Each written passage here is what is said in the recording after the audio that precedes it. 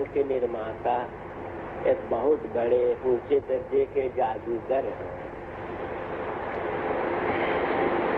जादूगर अपनी जादू शक्ति से बहुत कुछ बनाते हैं और यह जो जादूगर ये भी अपनी जादू शक्ति से बहुत कुछ बना लेते हैं और ये जो बनाते हैं तथा इस पर अपना नियंत्रण कायम रखते हैं अपनी शक्ति के द्वारा। वो शक्ति उन्हीं की है, शक्ति सा शिवस्य शक्ति। शक्ति के लिए उनके आदेश के अनुसार चलने के सिवाय और कोई दूसरी राह नहीं है, दूसरी गति नहीं है। जादूगर जब जादू का खेल दिखलाते हैं तब जादूगर तो जानते हैं ये तो खेल है, इसमें और कुछ नहीं है, मगर जादू का खेल जो देखते हैं वो तो मंत्रमुग्ध होकर देखते हैं, बुद्धू जैसा देखते हैं। वो सोचते हैं बाप रे बाप क्या बात है, क्या बात है, किंतु वो दरअसल तो कुछ नहीं है, खेल है।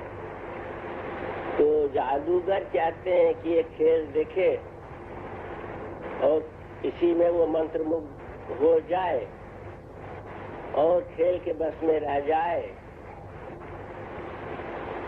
और तब तक उनकी लीला चलती रहेगी। क्यों? अगर ये दर्शकों में किसी के मन से ये जादू का भ्रम हट गया तब तो समझ लेगा रे ये तो कुछ नहीं है, तब वो क्या करेगा, दर्शक पार्टी में नहीं रह के जादूगर पार्टी में आना चाहेगा। तो जादूगर सो नहीं चाहता है, क्यों ना दुनिया की लीला तब नहीं रहेगी। तो जो बुद्धिमान आदमी है, चतुर आदमी है, वो क्या करेगा, जादूगर तो अपने पार्टी में लेना नहीं चाहेगा, वो क्या करेगा, जादूगर से मोहब्बत कर लेगा और जब मोहब्बत बढ़ जाएगी वो धीरे धीरे जादूगर के पार्टी में घुस जाएंगे और जादूगर के पार्टी में घुस जाने से जादू का जो गोपन तथ्य था, किस तरह से जादू किया गया था, किस तरह से खेल किया गया था, उनको सब मालूम हो जाएगा पूरा। इसलिए हम कहते ना कि दार्शनिक की बुद्धि जहाँ नहीं पहुँच सकती है भक्त की बुद्धि वहाँ पहुँच जाती है, क्योंकि भक्त का प्रेम है, मोहब्बत है जादूगर से, इसलिए उसको सब कुछ मालूम हो जाता है।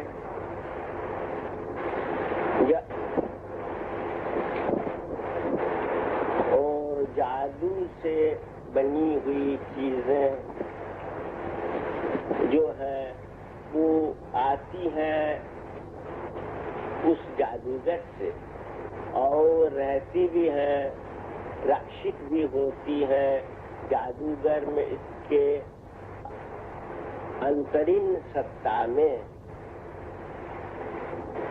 और आखिर तक मिल भी जाती है जादूगर में।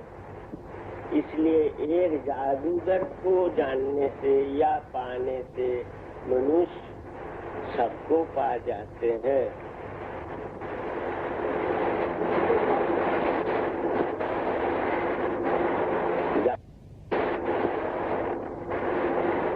जादूगर को पायो तो सब कुछ पा गए। इसलिए बुद्धिमान जादूगर से मोहब्बत करेंगे और जादू से सृष्ट वस्तुओं से मोहब्बत नहीं करेंगे।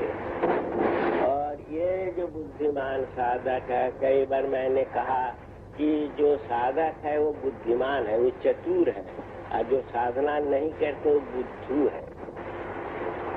तो ये जो बुद्धिमान साधक जो आंतरिक मोहब्बत के कारण जादूगर के नजदीक पहुंच गए हैं, जादूगर को समझ लिए हैं, वे ही अमृतत्व में प्रतिष्ठित हो सकते हैं और कोई नहीं। अमृतत्व क्या है?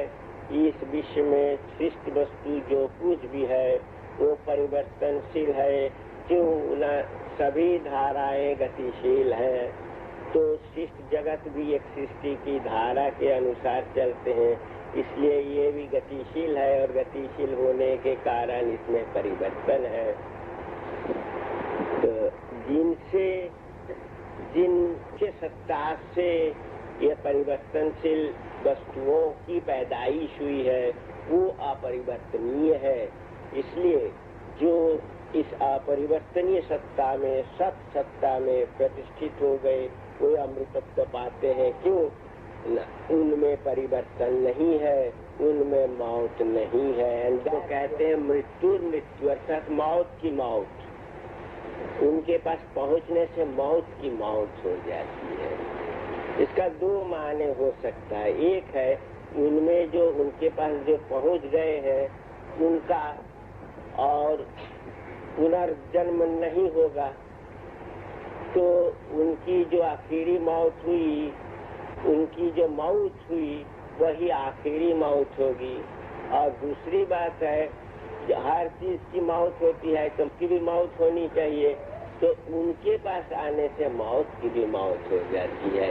इसलिए कहा गया है कि अमृतास्ते भवन्ति, दे बिकम इमॉर्टल।